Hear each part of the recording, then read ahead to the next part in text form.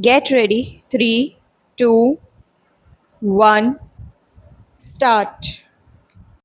I am happy to be in the midst of veteran workers with lifelong devotion to the cause of rural welfare.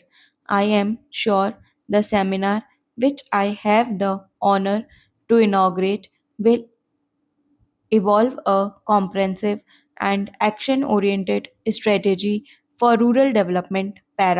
We cannot forget that more than 80% of our population lives in rural India, and the progress and prosperity of our nation depends entirely on how far we are able to improve the economic and social life of rural masses. It has been my faith for nearly half a century, ever since I came under the influence of Mahatma Gandhi, that the key to the future development of our nation rested on our ability to bring about a total economic and social transformation of our villages in which the real India lives.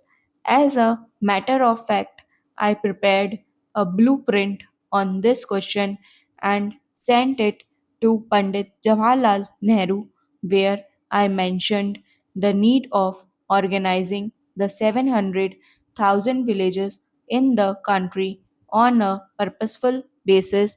At that time, I felt that if we could have on dedicated social worker for every 7 villages, we would be able to energize the rural folk.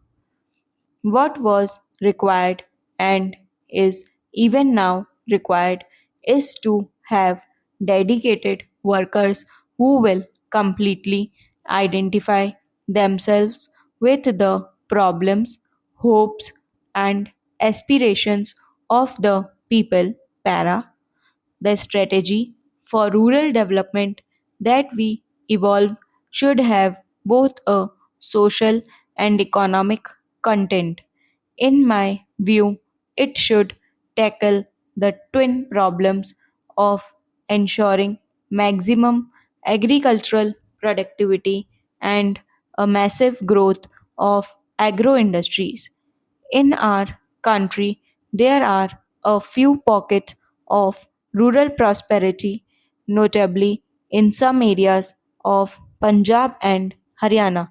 If we analyze carefully the reasons for this, one finds invariably that it is only in areas where agriculture has been developed into a core of an industrial network that agrarian prosperity follows agricultural progress. This would imply the need for an integrated plan of cropping and the growth of agro industries. Para Unless we involve the people in the formulation and implementation of plans, we cannot make much progress. The panchayats, representing the collective will of the people, can and should play a positive role in economic development.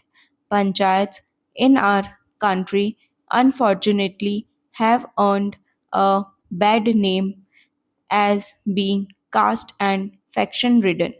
This must change, and we should banish outright these old world attitudes.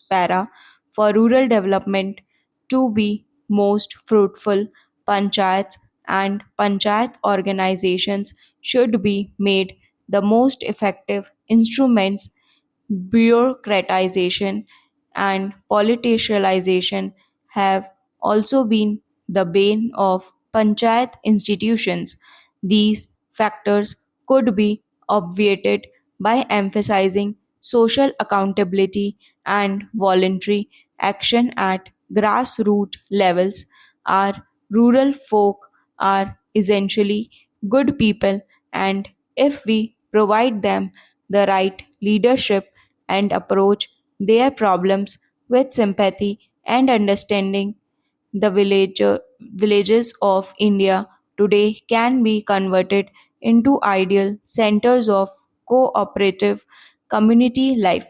The progress of the entire nation depends upon the progress of the rural community. Para, in my view, village reconstruction with self reliance, and self sufficiency as the two principal goals to be achieved is the most effective way to meet the challenges of poverty and unemployment. It is only through utilizing the available manpower resources in the best manner possible that we can achieve a breakthrough from the present stagnation.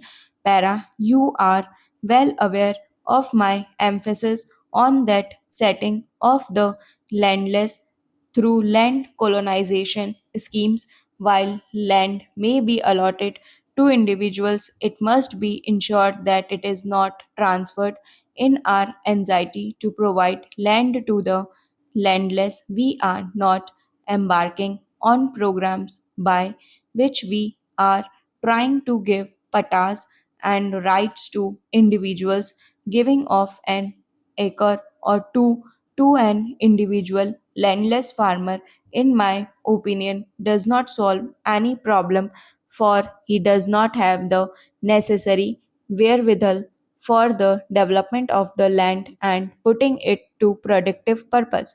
Such uneconomic holdings usually go back to the money lenders or to the big farmers who try ultimately to deprive these poor persons of the land. Whenever we give land to the landless, it must be made clear that they should form into cooperatives so that they can jointly cultivate it and derive maximum benefits. There would be collective ownership, and therefore, for practical purpose, the entire project area will be managed as a part of the larger entity, and individual interest will be subject to the common will and progress. Where there is a collective endeavor, several aspects of modern scientific agriculture like proper pest control and water management becomes capable of effective adoption. The essence of my program is that all available land will be put to agricultural activity with a vast network of small scale industries growing round them. Women have also an important place in this scheme because they can engage themselves profitably in occupations like beekeeping, poultry, dairy, weaving, tailoring, etc. This, in my judgment, is the best way to raise the standard of living in our country by providing full employment to our masses. Stop.